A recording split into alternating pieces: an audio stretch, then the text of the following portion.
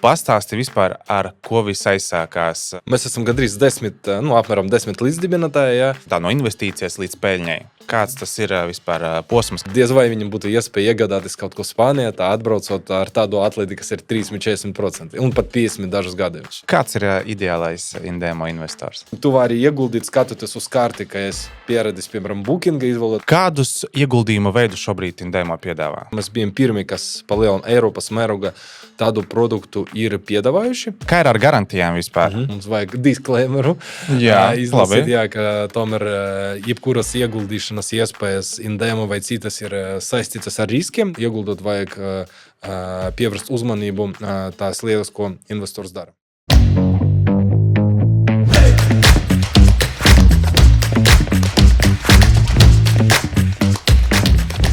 Sveicināti, darbie klausītāji! Pirmā Skanstas City podkāsta klausītāji, skatītāji. Esat sveicināti, esmu Nikita Turubanovs, es vadīšu šo podkāstu.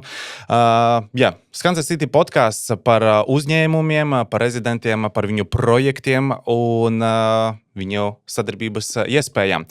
Šodien pie mums podkāstā ir Sergejs Viškovskis, Indēmo līdzdibinātājs un vadītājs. Sveiks, Sergej! Sveiks, Nikita! Jā. Uzreiz pirmais jautājums. Ja tev vajadzētu pastāstīt vienā teikumā, kas ir Indēmo? Ok, darbie klausītāji un Skanstas City rezidenti, prieks jūs satikt šogad. Un tad ķeramies jautājumiem. Tad īsumā... Vienā teikumā, kā tu noraksturot un aprakstītu, kas ir Indēmo? Tad pats nosaukums palielam ir atbilde. Tad Indēmo tas ir investment democracy, respektīvi ieguldījuma demokrātija. Ja? Un Indēmo tas ir platforma, kas ļauj parastiem privātajiem investoriem, tādi kā tu un es un mūsu klausītāji, ieguldīt dažādos inovatīvos ieguldījuma produktus, lai gūtu peļņu drošā ieguldīšanas vidē. Ok, super. Man liekas, ļoti tā kā pēc Wikipēdijas gandrīz, jā. Bet ļoti viss skaidrs, man liekas, īpaši varbūt pēdējo gadu Latvijas tendences, ja, ka mēs aizvien biežāk dzirdam vispār par investīcijām, ka sava nauda drošāk ir kaut kā jārealizē, jādomā par nākotni, ja tomēr, man liekas, investīcijas tas ir tāds par nākotni, vispār padomāt, kas būs rītdien, kas būs pēc gada, pēc 5 un pēc 10. Es noteikti papildināšu, ka tieši šobrīd tā ieguldīšanas kultūra Latvijā aug, kas ir ļoti, ļoti pozitīvi. Un, teiksim, salīdzinot ar mūsu kaimiņiem Igauniju un Lietuvu, bišķi novēloti, bet tas notiek un cerams arī tādi, es un mūsu uzņēmums un arī citi tirgus dalībnieki no Latvijas arī palīdzēs tai kultūrai augt vēl vairāk un cilvēkiem jau vairāk pievērsties jautājumam par sava kapitāla saglabāšanu un pavērošanu. Jā, es domāju, ka tas ir tikai laika jautājums un parādās ļoti daudz tieši arī podcastu un vispār raksta blogu un daudz vairāk cilvēki sāk stāstīt par iespējām, par alternatīvām investīciju iespējām un tā. Bet ķeramies pie Indēmo. Pastāsti vispār, ar ko viss aizsākās, teiksim tā, no idejas līdz uzņēmumam, kā viss sākās. Jā, šeit tāds, man liekas, klasiskais stāsts, jo, Indēmo palielam ir fintechs, un, sava ziņa jau ir bijis startups, tagad mēs jau izaugam un drīz jau kļūsim par tādu enterprise level company, bet long story short, mums ir virkne līdzdibinātāju, kas savulaik strādāja bankas, aktīvu pārvaldīšanas joma, un palielam strādājot lielais korporācijas, kas piedāvāja finanšu un ieguldījumu produktus, mēs redzējām, ka tādiem parastiem cilvēkiem, kā mēs, kā darbinieki, tur privāti investori, palielam nav iespējams ieguldīt un saņemt pievilcīgu atdevi, jo tas instrumentu saraksts, viņš bija ļoti, ļoti ierobežots. Palielam lielie investori, profesionāli investori, viņi varēja investēt daudz kā, bet privātiem investoriem bija atstāts tikai kaut kas tāds, ļoti, ļoti nepilnīgs, teiksim tā.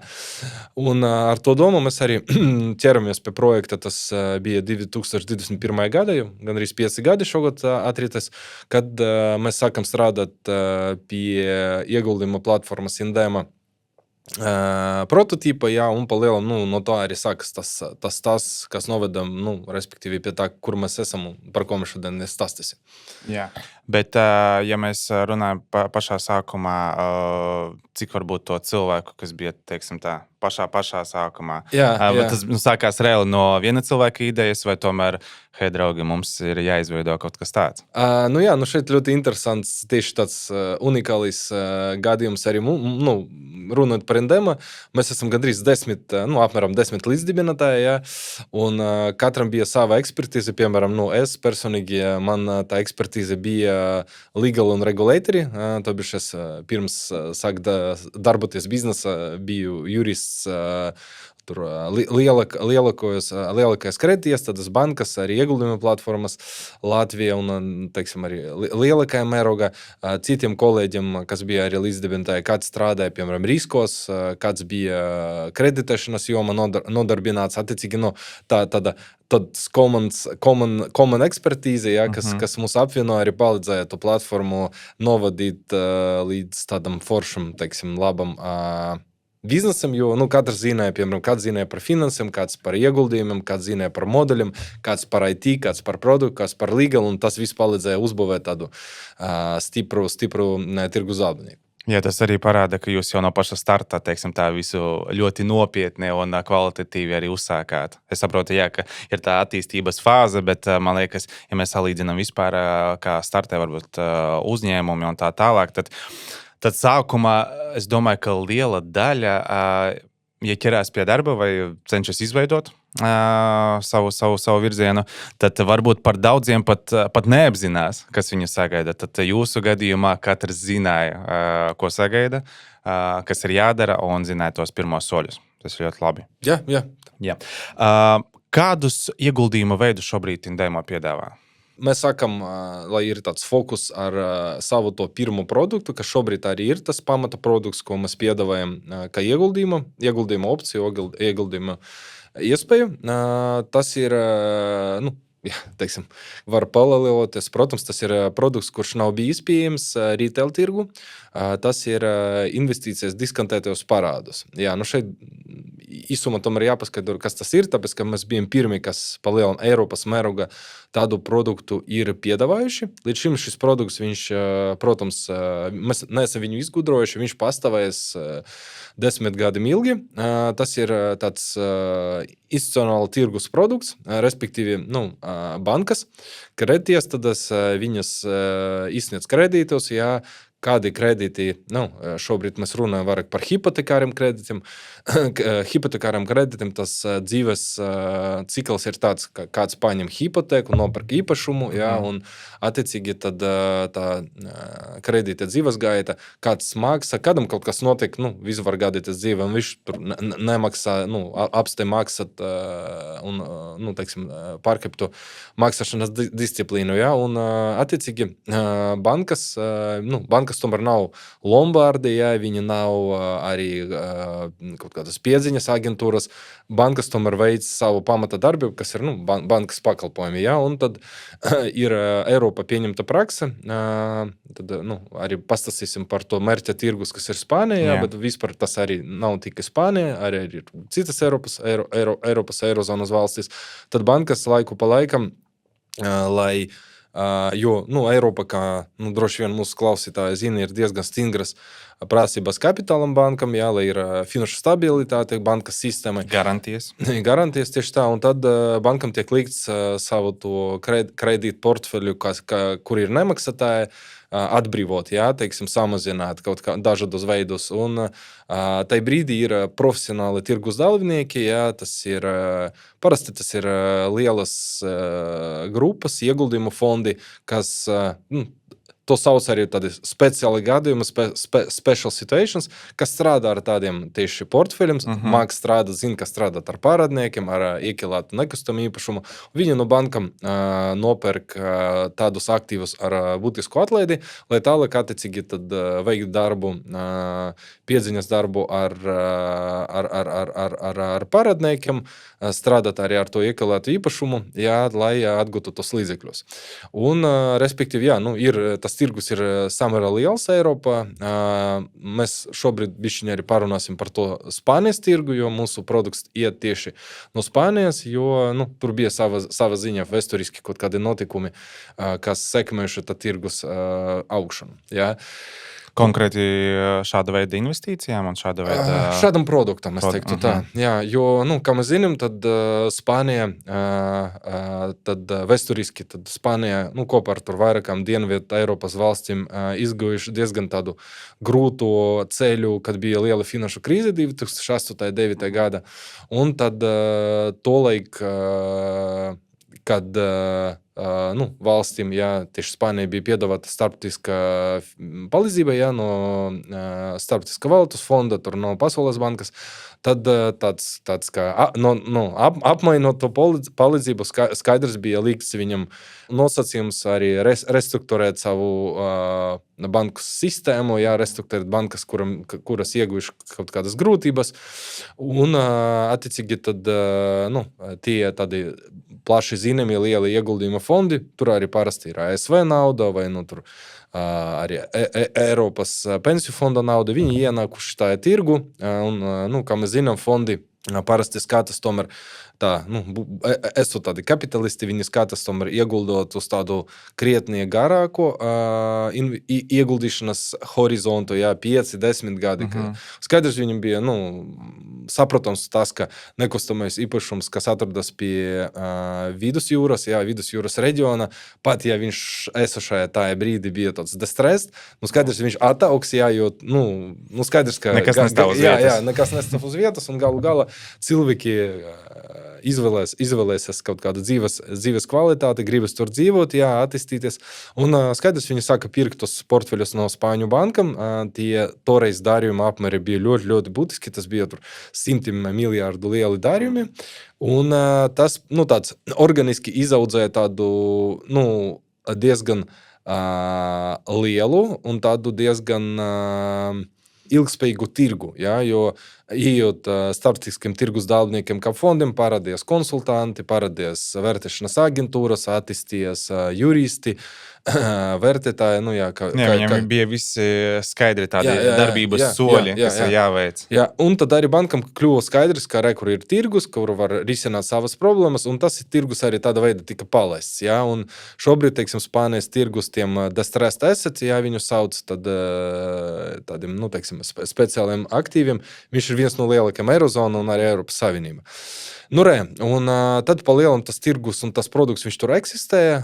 Mēs saredzējam, ka tur ir tāda laba iespēja to produktu paņemt no turienes un piedāvāt privātajiem investoriem, jo pa lielam, kāds varbūt var pateikt, tas ir kaut kāds sarežģīts instruments. Bet viņš krietni, nav sarežģīts, piemēram, par obligācijām un akcijām, ko mēdz mūsu... Es teiktu tā, ka viņš laikam vairāk ir ne tik... pierasts. Viņš tam ir tāds alternatīvs, un tas ir kaut kas jauns. Tieši tā. Tas ir viens, un otrs skaidrs, tas ir diezgan noslogts. Viņš ir samērā liels, bet viņš ir samērā noslēgts tirgus, jo bez attiecīgiem teiksim, kaut kādam track record, licencēm, atļaujam, arī ekspertīze strādātāja tirgu, neviens tevi neieledīs. Un attiecīgi, tad vairāki no mūsu co-founderiem, līdzdibinātājiem bija cilvēki, kas bija iesaistīti šajā biznesa Spānijā jau gandrīz 10 gadu garumā. Tad mēs saredzējām, ka tas produkts, viņam ir tāds labs fit priekš privātu investoru dienas kārtība, jo cilvēkiem nav kur baigi ieguldīt. Tur, kur viņi var ieguldīt, tas nedod tādu būtisku atdevi. Pat, ja kaut kādi instrumenti, kas tirgu ir ar tādu labu atdevi, būtisku atdevi, tad arī tas risks ir būtiski tāds augsts.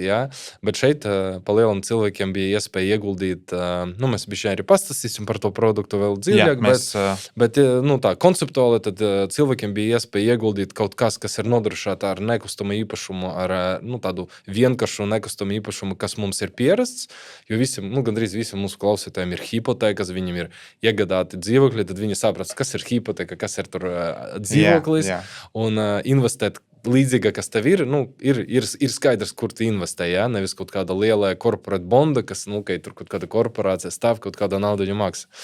Jā, tad ar tādu misiju mēs arī sākam ieguldījumu platformu būvēt un būvēt viņu tāda veida, lai mūsu, teiksim, klienti, investori, kas sāk savu to ceļojumu ar to jaunu produktu, sāk izglītoties un saprast, kur viņi investē. Jo produkts bija jauns, un mums vajadzēja ļoti būtiski ieguldīt tieši platformas saskarne, interfeisa, tāda arī investoru izglītošana par to nišu, par to produktu, par to sektoru, kur viņš darbojas, lai viņi saprastu, kur viņi iegulda un ko viņi var nopelnīt un kā nopelnīt, cik ilgi. Jā. Un kā reiz jautājums, kas izriet no tā, ko tu teici, cik vienalga bieži jūs saskaraties ar tādu skepsi un kā viņa mainās vispār, piemēram, kad cilvēks uzsāk investēt Indemo? Skaidrs, ka tas skepse viņa sākumā bija augstāka, jā, tas ir jauns produkts, neviens nevarēja, teiksim, saprast, priekš kam viņam, respektīvi, kad tu pieeji pie investora, jā, pie klienta, kaut kāda, cilvēka, kas darbojas finanses vai ieguldījumus, un tad viņam stāstīja, ka kur tur iespēja ieguldīt kaut kāda, angliski tas ir non-performing loan, jā, respektīvi pārāds, kas neperformē, jā, kur netiek veikti maksājumi, tad viņš saka, kāpēc man, tas ir kaut kas slikts, kāpēc man tur jāiegulda. Un skaidrs, ka bija jāpaskaidro, ka tieši tas, ka viņš ir non-performing, tas arī dod to opportunity, jo, ļoti īsumā tad, un vienkārši saku, tas atļauj investēt nekustamā īpašumā no Spānijas, dzīvokļos, mājas, savrupmājas, jā, tur townhouses ar atlaidi, kas ir 30-40% no tā tirgus vērtības. Jā.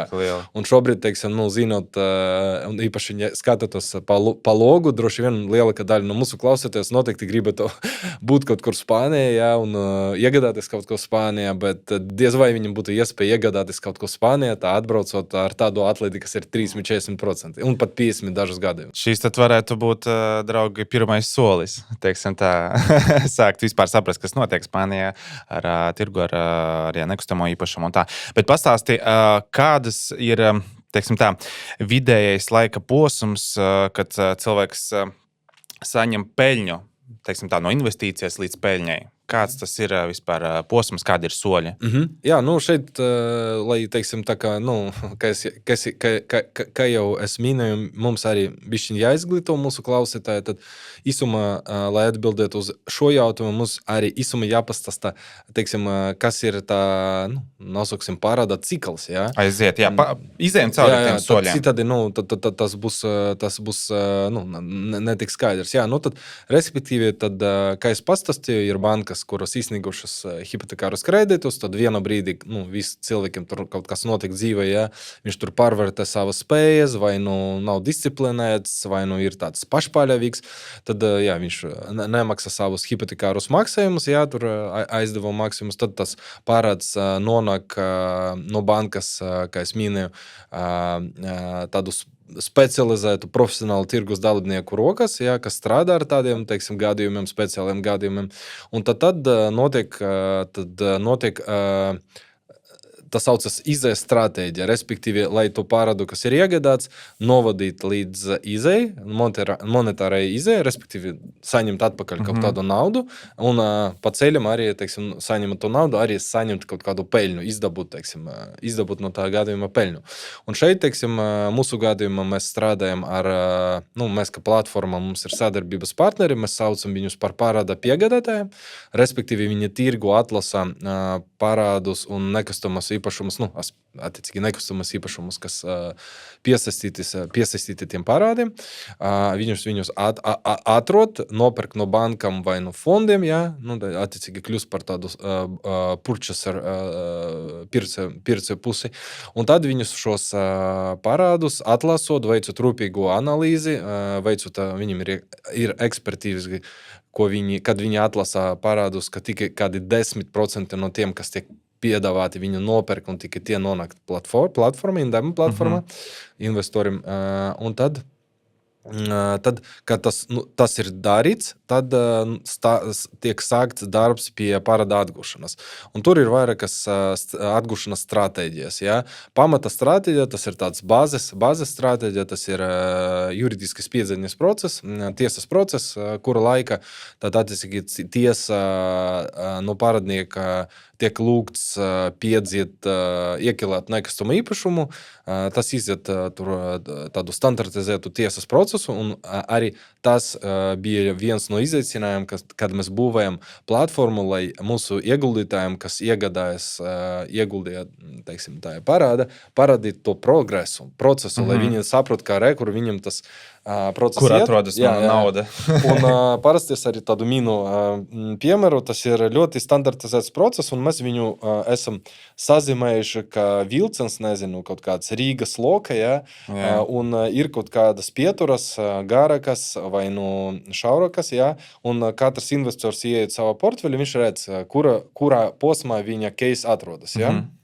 Un tas, teiksim, gandrīz katru mēnesi mēs updateojam to visu portfeļa statusus. Un tad tas tas juridiskais piedziņas process, viņš iet savu ceļu, un viņa tāds noslēgums ir vai izsole, respektīvi tās nekustamais īpašs nonāks izsolē, un tur tiks pārdots, vai pie kaut kādiem noteiktiem arī izējas scenārijiem tas nekustamais īpašums tiks pārņemts, attiecīgi pārņemtas atslēgas, un tad viņš tiks pārdots tirgu. Ja? Jau kā fiziskais dzīvoklis vai māja. Tas ir tas bāzes scenārijs, un divi alternatīvi scenāriji. Tas ir vienoties ar parādnieku par mieru izlīgumu. Tas arī ir noteiktos cases ir iespējams, jo to mēs atstāsim nākamajam jautājumam. Ja? Un trešais, tas ir tāds pārdošana otrreizē tirgu, respektīvi ieguldot lielāku summu, tu vari nopirkt stoku ar lielāku atlaidi, tad, piemēram, iziet kaut kādu daļu no tiesas procesa, un tad ar dārgāku cenu pārdot šo parādu jau kaut kādam citam tirgus dalībniekam, kas, piemēram, strādā ar tādam, mēs nopirkam early stage, agrīnā stādijā, bet ir tirgus dalībnieki, kas fokusējas uz tiem vēlākiem stādiem, un tur viņi strādā. Un, attiecīgi, no katra no tā izējas scenārija, tad mūsu investori galu galā saņem daļu no peļņas. Jā, tas ir liels plus to, ka tu uzreiz telefonā vari redzēt vienkārši posmus, kur ir reāli tava nauda, un kas tevi sagaida. Ja, un tas ir arī liels plus. Bet, ja vajadzētu aprakstīt, kāds ir ideālais Indēmo investors?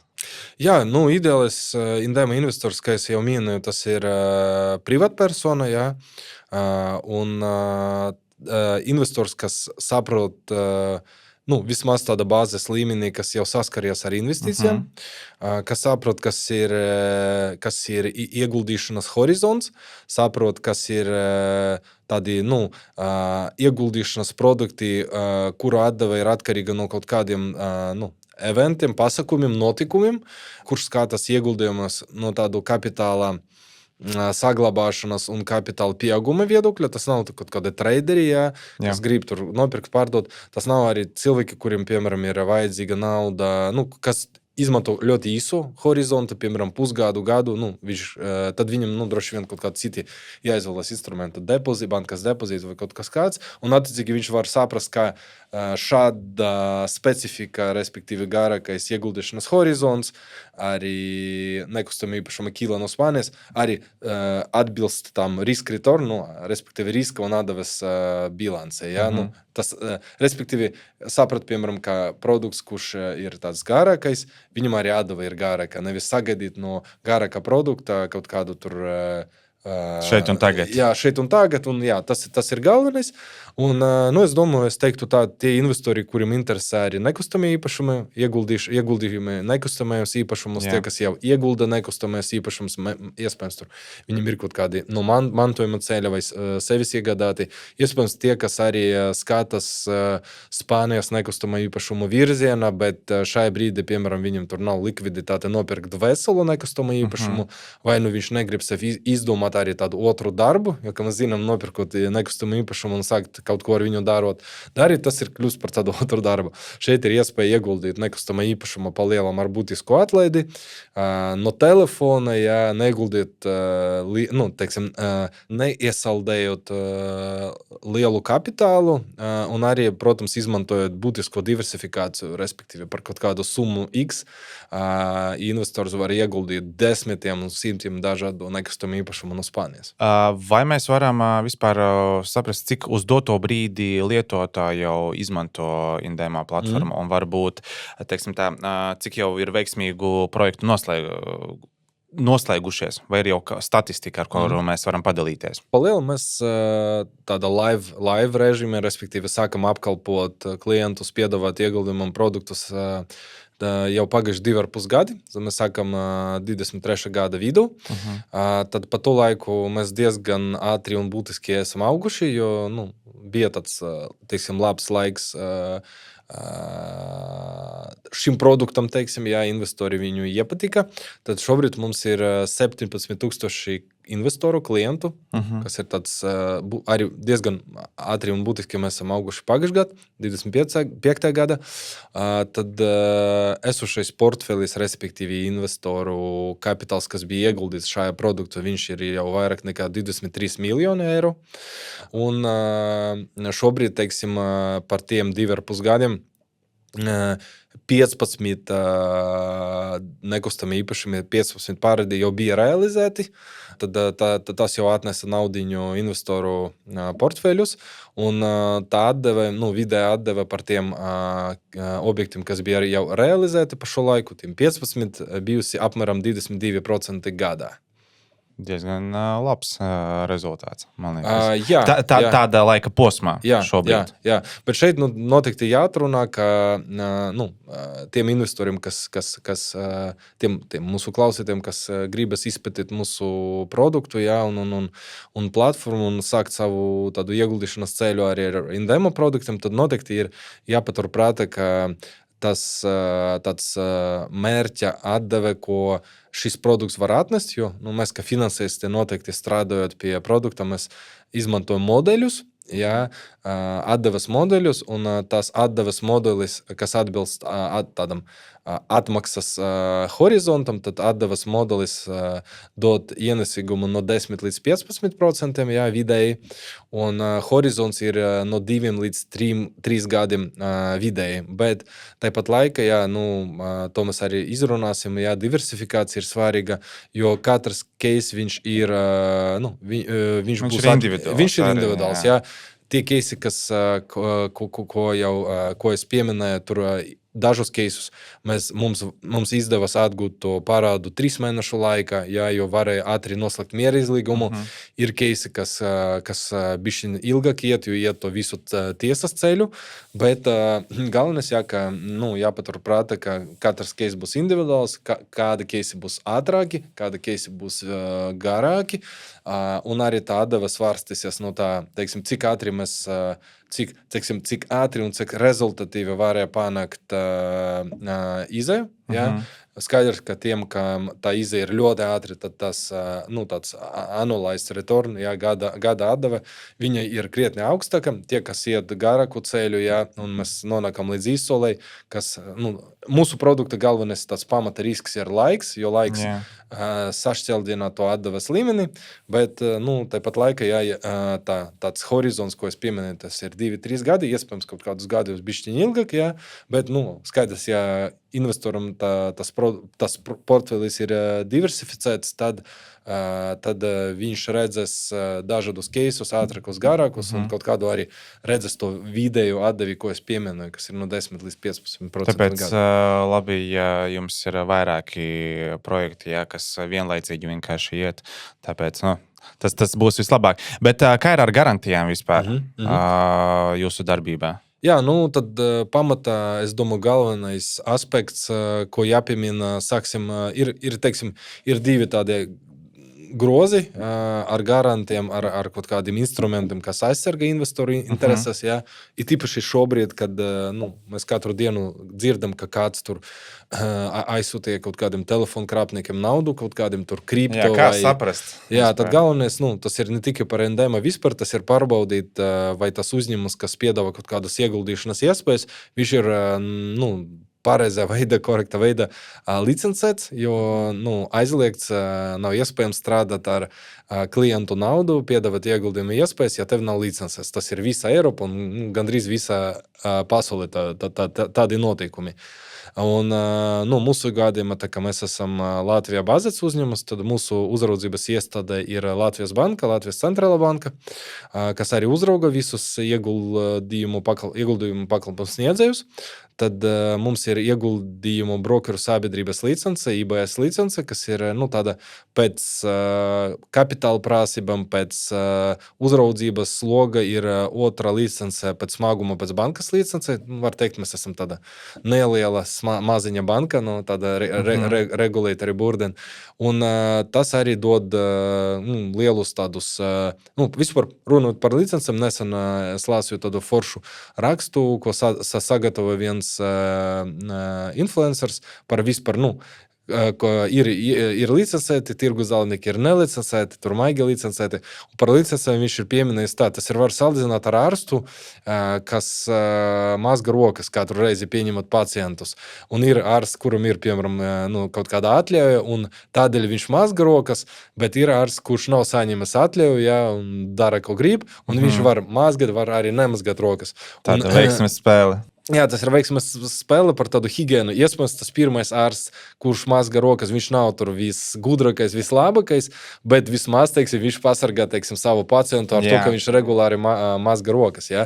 A tas, kas nemazga, tas ir tāds, gamblings, paveiks, es nepapēs, pat ja viņš ir labs ārsts. Šis ir labs vispār piemērs. Tieši tā, jā, un par licenci runāt, tad tas dod iespēju, respektīvi, investoriem saprast, gadījumā, ja kaut kas iet greizi, tad pie kura vērsties, kur var iesniegt sūdzību, respektīvi tas arī iedod tādu sanity check, nosaksim tā, ka tie cilvēki, kas ir zem tā projekta akcionāri, vadība, izgojuši arī tādu pārbaudi no regulātora puses, tas nav kaut kādi cilvēki ar apšaubām reputāciju, kas, piemēram, savulaik jau savakuši kaut kādu naudu no cilvēkiem un, piemēram, piesavinājuši to naudu vai bija iesaistīti kaut kādus finanšu noziegumus. Ja?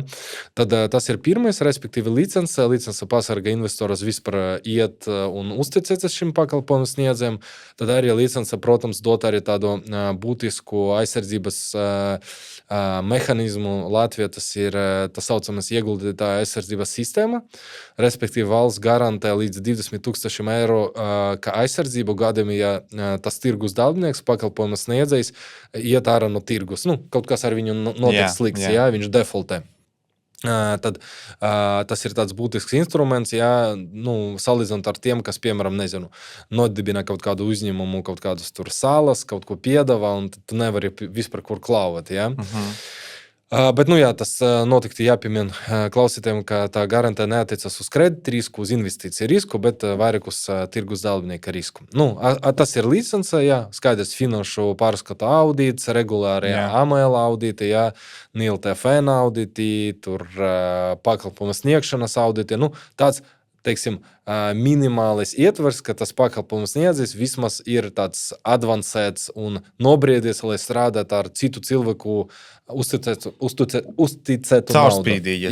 Tu redzi vispār, kādā sistēmā un kādā vietā vispār šobrīd tas dalībnieks konkrēti vai projekts atrodas. Jā, tieši tā. Ka nevar, piemēram, piedāvāt kaut ko, kas vispār neeksistē, jāiziet kaut kāds tas, ir veikts kaut kāds pārbaudas ceļš.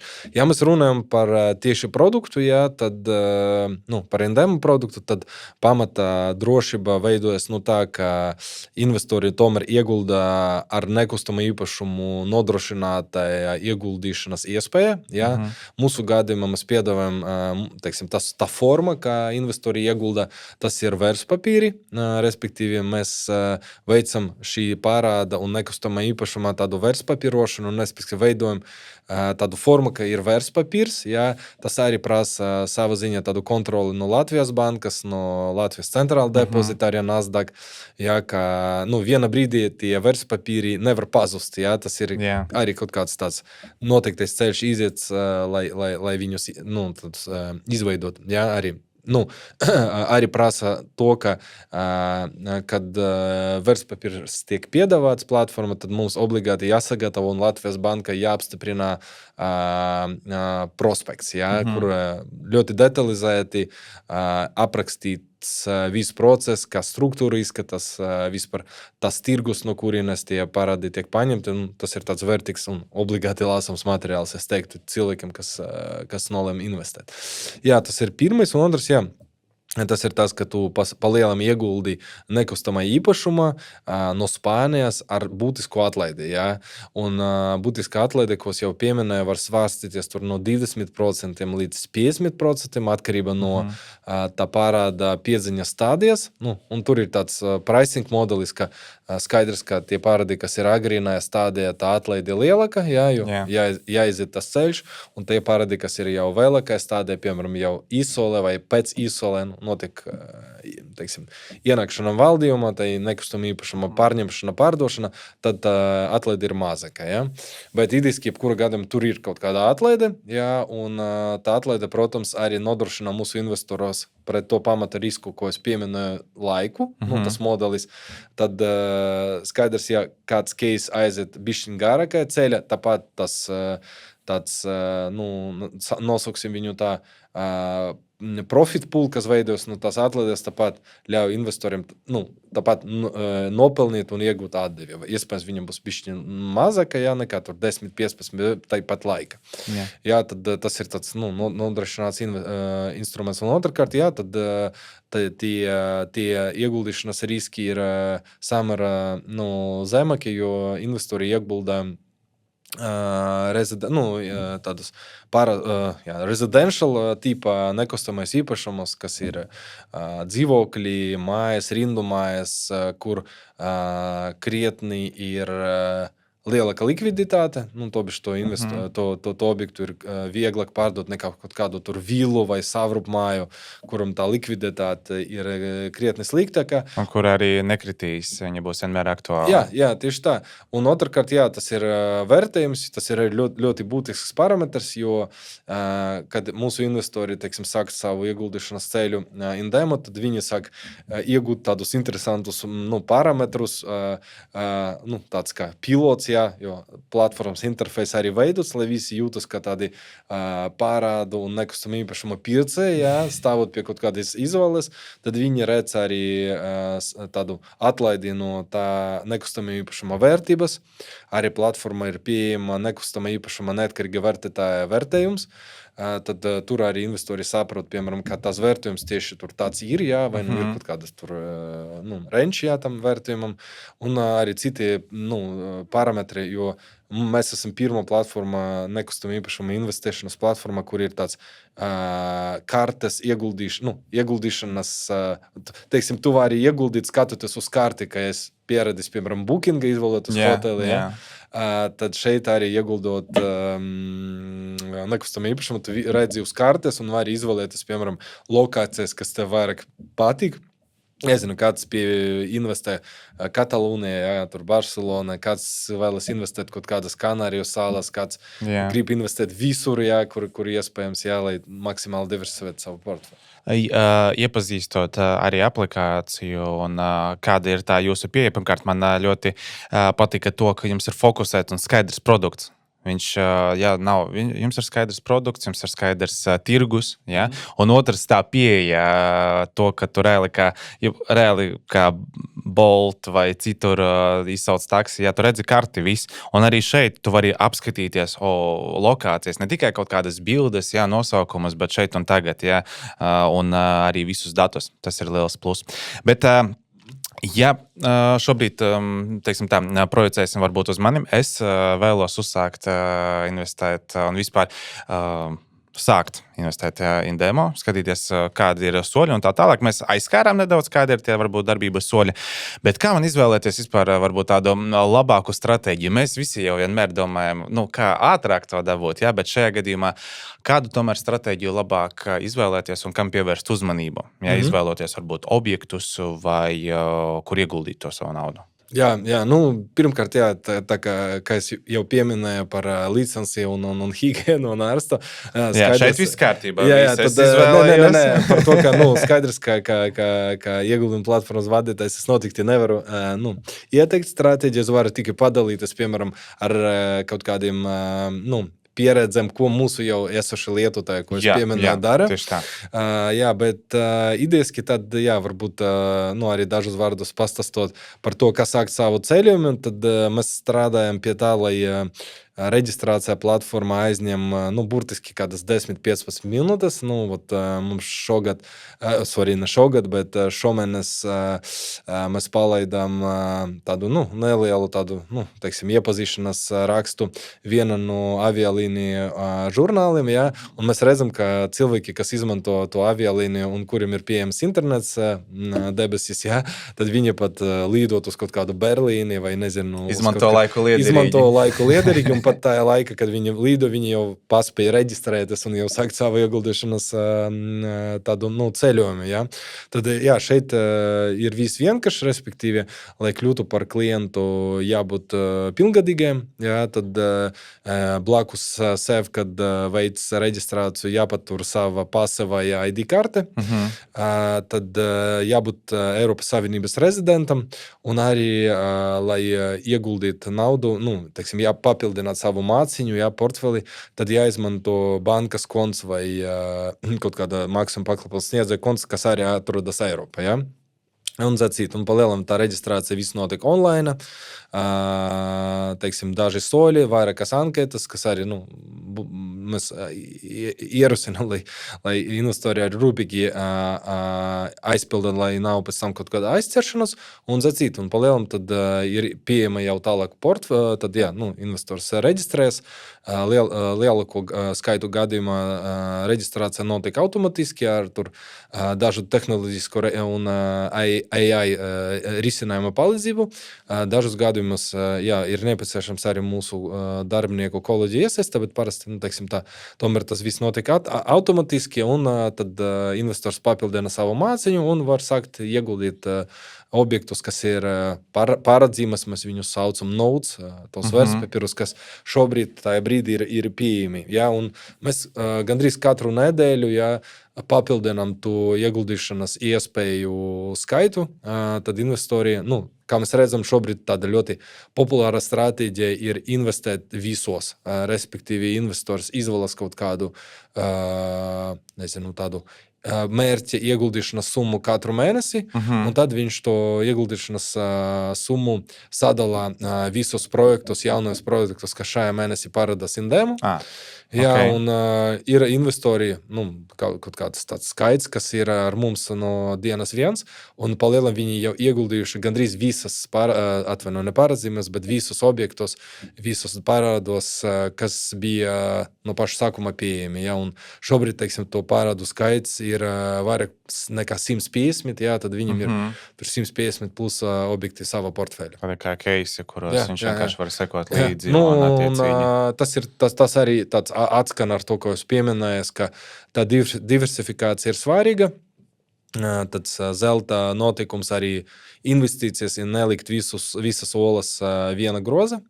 Ar to arī cilvēki izmanto kā lielāka diversifikācija, arī lielākas izredzes neiekrist uz kaut kāda lēnāka projekta, bet iegūt lielāku sulu no visiem. Jā, tad laikam es saklausīju tādu labu ieteikumu sev. Ka izvirzīt tomēr varbūt, jau es esmu izlēmis spērt soli, ka vēlos investēt, vēlos, lai mana nauda strādā un, tā reizinās vairāk, tad izvēlēties X summu, kuru, piemēram, Indemo platformā es varu vienkārši pamazām sākt un ieguldīt konkrētajos objektos un keisos. Pareizi? Tas var būt viena no stratēģiem. Iespējams, ir arī investori, kas nodarbojas ar tādu cherry picking. Viņiem ir kaut kādas, sava ziņā izpratnē par to, ka kādi objekti tur performē labāk vai sliktāk, bet tas ir jau tāds individuālis choice. Individuāli izvēlam notikt. Okay. Tāpēc, draugi, plānojot savu ģimenes budžetu, atliekat X summu priekšendēmu. Tāds. Bet pieķeramies, gribās vairāk uzzināt par šī brīža varbūt aktualitātēm un vispār par šī brīža komandu. Tu minēji un stāstīji, kā jūs aizsākāt, bet kā ir šobrīd? Jau ir gandrīz 5 gadi projektam. Un kādu komandu ir šobrīd? Kāds skaits, varbūt jaunas pozīcijas, jauni virzieni? Tieši pastāsti vairāk par šī brīža komandu. Jā, tad tā kā Indema tomēr, teiksim, attīsties tāds kā startups klasiskais, tad mēs esam sākuši ar tādu ļoti agile, tādu nelielu komandu. Tas bija pamatā co-founderi un, iespējams, kaut kādas tur daži kritiski funkciju veicēji, tāds kā IT izstrādātāji un tā tālāk.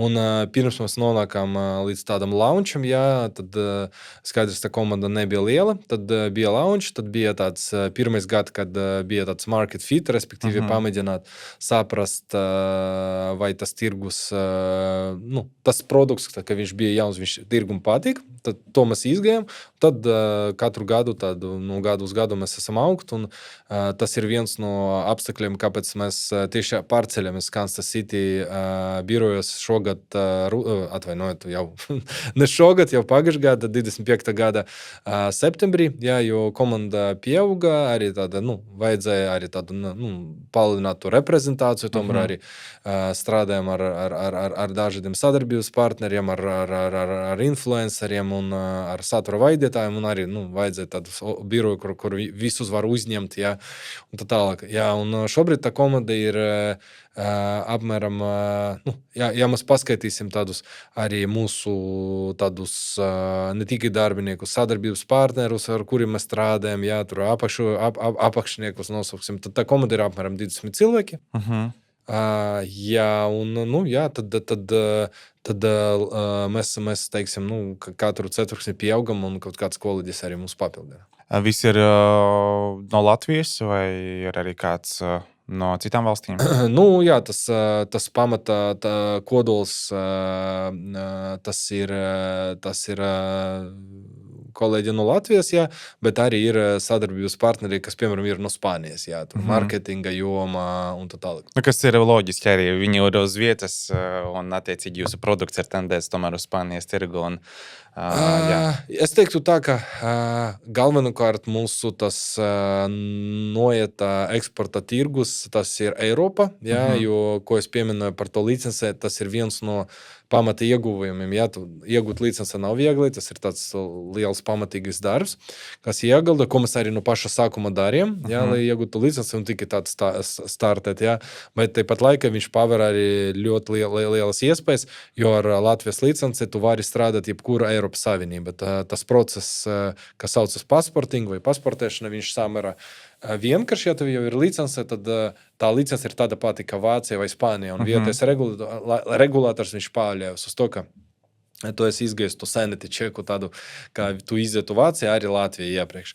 Un tad mums tas noieta tirgus ir visa Eiropa, tas lielākās valstis, kur, izņemot Latviju, kur mūsu investori šobrīd ir bazēti, tas ir Vācija, Lietuva, Spānija, Francija, Čehija, un tad, ar to arī bija, teiksim, doma, ka tie kolēģi, tā komanda, viņi arī, viņi jābūt arī tādi diversificēti, ka jo paliela mums jādomā ne tikai, ka, piemēram, doma Latvijas investors, bet arī jādomā, ka doma investors Vācija vai Spānijā vai kaut kur citur, kur mums ir lieli tirgi, kur mūsu produkts labi sadaras ar to investoru apatību. Un ir aktuāls. Jā. Okay. Pie kā Indema šobrīd strādā?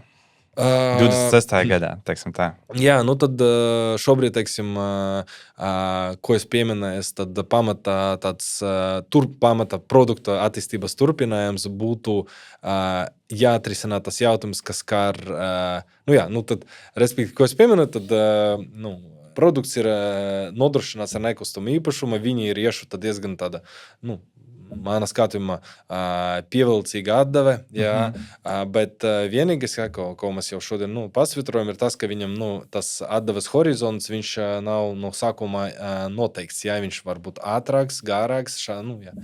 Un tas ir tāds, skaidrs, ka tas ir tāds, varam teikt, arī kaut kāds vājš punkts šim produktam, un lai šo vāju punktu izlabot, tad skaidrs, ka mums jādod arī iespēju investoriem iziet pirms termiņa, jā, un galvenā prioritāte šobrīd tas ir autorizēs tirgus, respektīvi, lai platforma, kurš ir ieguldījis, jā, viņam ir iespēja pārdot savu ieguldīšanas, savu ieguldījumu, savu instrumentu, agrāk nesagaidot izēju, jā. Un tas ir, tāds sava ziņa projekts, kas prasa tur diezgan būtisko IT izstrādi, arī, jā, tā kā produkts ir tāds ļoti unikāls, tad mēs gribam, teiksim, mūsu autorizēt tirgu investoriem arī kļūt ne tikai par pircējiem investoriem, ja, kas, piemēram, lielis tur ieguldījumu fonds nāk pie bankas un pērk, bet arī pārdevējiem. Un par pārdevējiem runājot, tad viņam jāsaprot arī tas pirkšanas un pārdošanas un cenas notikšanas notikumi, kas eksistē tajā lielajā tirgu. Yeah. Un tad mēs arī strādāsim pie tā, lai investoriem ir skaidras vadlīnijas, kā noteikt to pārdošanas cenu, piemēram, ieguldot sākumā kaut kādā agrīnajā stādijā, iziet to ceļu līdz kaut kādām tur vidus vai vidēji stādijā vai vēlākā stādijā, kaut kāda tur laika posma. Un tad ja kāds vēlas to investīciju pārdot, tad arī to cenu noteikt tā, ka, teiksim, tirgus būtu pareizi viņu noteikt, ja? Un tas, attiecīgi ir tāds diezgan būtisks izaicinājums visa izstrādē, jā, tur arī ir sava ziņa regulatori lietas, operational lietas, kas jāizdara, un tas ir tā galvenā prioritāte šogad, 2026. gadam. Tādēļ, ka šobrīd, teiksim, jau no investoru puses tā interese autorizēm tirgu ir laba, jo pagājis tāds laiks, ir ieguldījumi, ko investori jau izguvuši kaut kādu ceļu stādijas ir pamainījušas, viņi grib pamēģināt, varbūt viņus pārdot vai nopirkt kaut kas no citiem investoriem, plus arī tā klientu bāze ir pamatīga, kas jau pieminēja 17,000, tas ir diezgan likvīds tirgus, kur investori var atrast vai pircēju, vai pārdevēju. Jā, un sadalīt to posmu jau mazākās daļās, jo īpaši varbūt tie cilvēki, kas pirmo reizi uzsāk darbību, varbūt viņiem tas arī pat aktuālāk vai drošāk. Tas vēl vairāk rodams. Jā. Tas ir viens, un skaidrs, ka pagājis jau tādi 2 gadi, 2,5 gadi, tad vajag arī kaut kāda veida saņemot, mēs ļoti strādājam citīgi ar mūsu to kopienu, saņemam no viņiem daudz feedbacka, tad skaidrs kaut kādas lietiņas varam jau uzlabot, piemēram, features, kas skar tur portfeļa, atskaitas, jā, pa analītisku daļu, piemēram, kā portfelis performē, uzlabot kaut kas skar tur reģistrēšanas flow, daudz iniciatīva, kas ir, un šogad arī mēģināsim viņus visus nokopt. Teiksim tā, ja mēs šobrīd iesākām par šo gadu, vispār arī, kā tev liekas, kā alternatīvo investīciju tirgus attīstīsies tuvākajos gados? Vai esi domājis par to, vai varbūt Indēmo domā, kas mūs sagaida? Es domāju, ka alternatīva investīciju tirgus attīstīsies noteikti uz augšu, jo šobrīd, man liekas, ir tādi interesanti laiki, ko mēs tagad pārdzīvojam, un tagad mēs redzam, ka, piemēram, kaut kāds tweets, kaut kādas lielas personības var reāli uztaisīt 10-20% lielu korekciju biržas, fondu tirgos, bet alternatīvas investīcijas viņas ir mazāk atkarīgas no tādam šūpolēm. Tas ir, varam nosaukt viņus par safe harbor, īpaši, piemēram, tas, ko mēs redzam kopš kara sākuma, tas ir tas, ka investori meklē stabilitāti, tāpēc mēs redzam, cik aug zelta cenas, sudraba cenas, kas ir parasti tāds safe harbor investoriem, arī nekustamais īpašums. Tad es domāju, ka alternatīvas investīcijas noteikti augs, jo pirmkārt, teiksim, tehnoloģiski risinājumi, ka šobrīd kļūst pieejamas, atļauj dažādas alternatīvas ieguldīšanas iespējas, piemēram, tas, ko es minēju par parādiem, ja, kas eksistē kaut kur lieliem čāļiem, ja, tad mēs varam ar tehnoloģiju viņus ielikt viettālruni, ja, un arī tur ir citas iespējas, ko iespējams ar laiku arī tiks. Tā kā produktu klāsts noteikti paplašināsies, jo vairāk un vairāk investori, tāda ieguldīšanas kultūra Eiropā, viņa arī aug, viņa nav tā kā, noteikti viņi nav tik attīstīti, ka, piemēram, viņi jau ir attīstīti ASV, un cilvēki meklēs arī ieguldīšanas iespējas, lasīs, arī lielu uzsvaru liek arī influenceri, blogeri, kas palīdz parastiem investoram iegūt to informāciju, un pēdējais, es domāju, kas galvenais šobrīd ir AI risinājumi, LLM, kas, piemēram, tev nevajag noskatīt nezinu, simtiem kaut kādu tur influenceru veidotu podcastu, tu vari ierakstīt, kas tevi tur interesē, iemest kaut kādus avotus, un viņš tev ied uz to brīfu, un palielam ar to brīfu cilvēks var saprast. Optimizēt vispār tās zināšanas. Jā, savu laiku, tas ir manis. Nē, tas nav manis. Iešu meklēšu tālāk. Ok. Noteikti, es domāju, ka tas viss attīstīsies arī runājot par Latviju, to, ko mēs jau redzam, ja cilvēki vairāk piesaistās pie tā. Tad noteikti vismaz es domāju, ka Indemo investori no Latvijas aizvien vairāk un vairāk būs. Un es domāju, ka pēc šī arī podkasta cilvēki apskatīsies šīs iespējas. Un vispār, darbie klausītāji un Skanstas City rezidenti, jums ir unikāla iespēja. Indemo ir no Latvijas. Jūs varat atbraukt uz Skanstas City. Es domāju, ka varbūt sazinoties iepriekš, atnākt uz kafiju ar viņiem, iepazīt, vispār iespējas saprast, kā jūs darbojaties. Es domāju, tas vēl lielāku drošību un uzmundrinājumu dos. Un uzsākat. Lūdzu, teiksim tā, investīcijas ir telefona attālumā. Jā, jūs jau varat 15 minūšu laikā pieregistrēties un sākt un spērt savus pirmos soļus. Jā. Ja kāds vēl to nav darījis, vai varbūt domā par alternatīvām investīciju iespējām. Ir jau noslēguma tāda daļa, un mums ir neliela rubrika biznesa īsumā, kur mēs mūsu podkāsta viesiem uzdosim īsus jautājumus, uz kuriem gribēsim saņemt tādu īsu kodolīgu atbildi. Esi gatavs? Jā, aiziet. Ko visbiežāk investori ieguldot un investējot Indemo pārprot, viņiem liekas, ka varbūt viņi šeit un tagad saņems? Kas viņiem ir visbiežākais punkts, ko viņi nesaprot vai pārprot? Es domāju, ka tas ir iespējams tāds kaut kāda laika neveltīšana, lai labāk saprastu produkta specifiku. Viņam šķiet, ka viņi iegulda kaut kādā vienā lietā, bet realitāte tas kļūst kaut kas cits.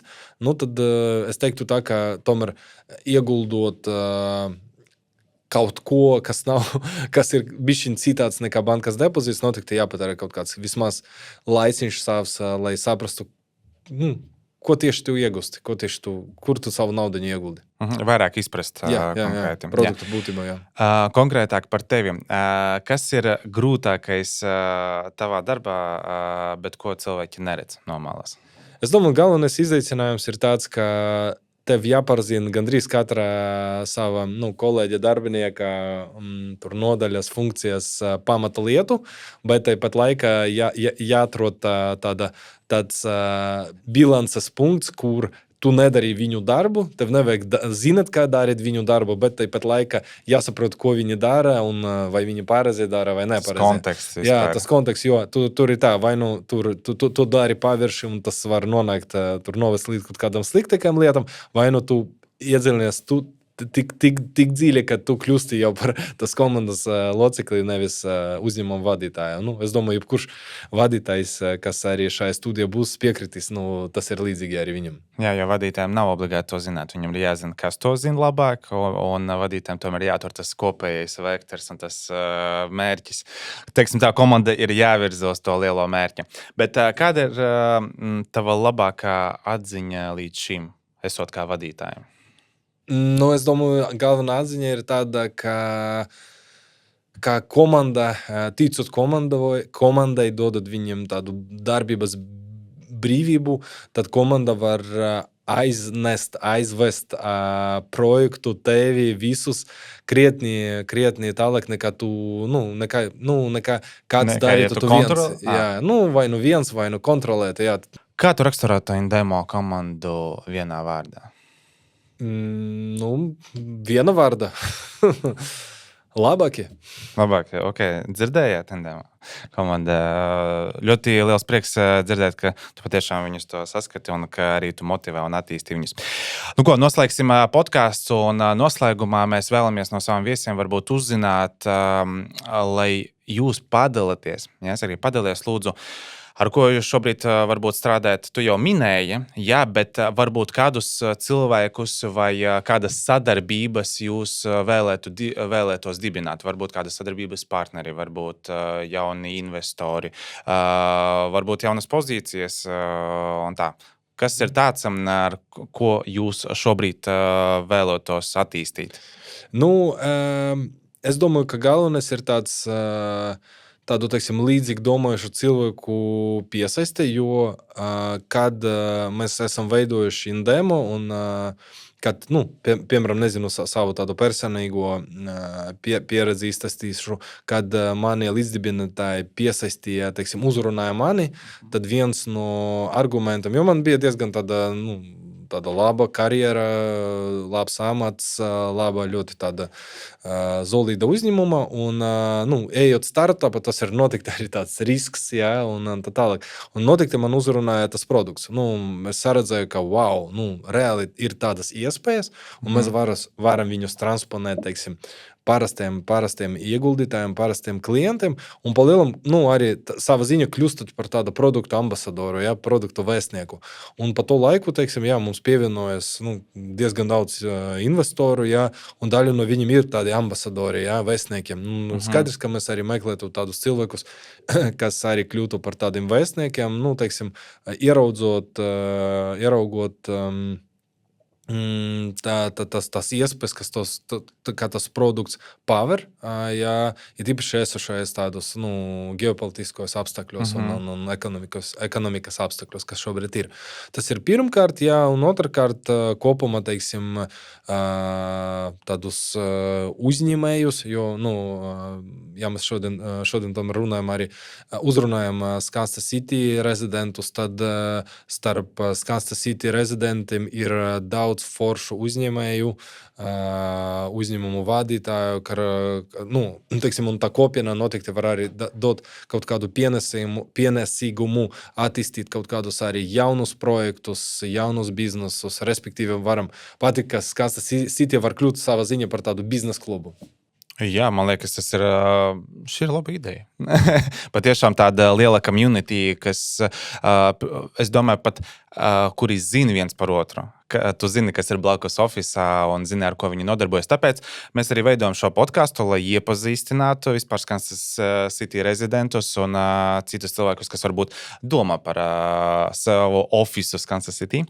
Un tāpēc paldies tev, liels, Sergej, par šo podcastu. Tu esi pirmais viesis. Paldies jums, ka klausījāties šo podcastu. Ar jums kopā bija Nikita Tarabanovs un Sergejs Viškovskis, Indemo līdzdibinātais un vadītājs. Paldies tev. Paldies, Nikita, par sarunu un klausītājiem par laiku veltīt arī paklausīties mūsu sarunu šodien. Es ceru, ka kas interesants bija paņemts, bet, ņemot vērā, ka mēs šodien esam runājuši par ieguldījumiem, mēs arī īsumā pabrīdināsim investorus, mums vajag disclaimeru. Jā, izlasīt, jā, ka tomēr jebkuras ieguldīšanas iespējas Indemo vai citas ir saistītas ar riskiem, jā, un ieguldījumos var pazudēt kapitālu un, attiecīgi, ieguldot vajag pievērst uzmanību tās lietas, ko investors dara. Jā, tāpēc skatieties, mēs jau podkāsta laikā arī pievērsam uzmanību, kā tad sevi pasargāt no šī. Paldies! Jā. Paldies, klausītāji, un uz tikšanos nākamajās epizodēs. Atā!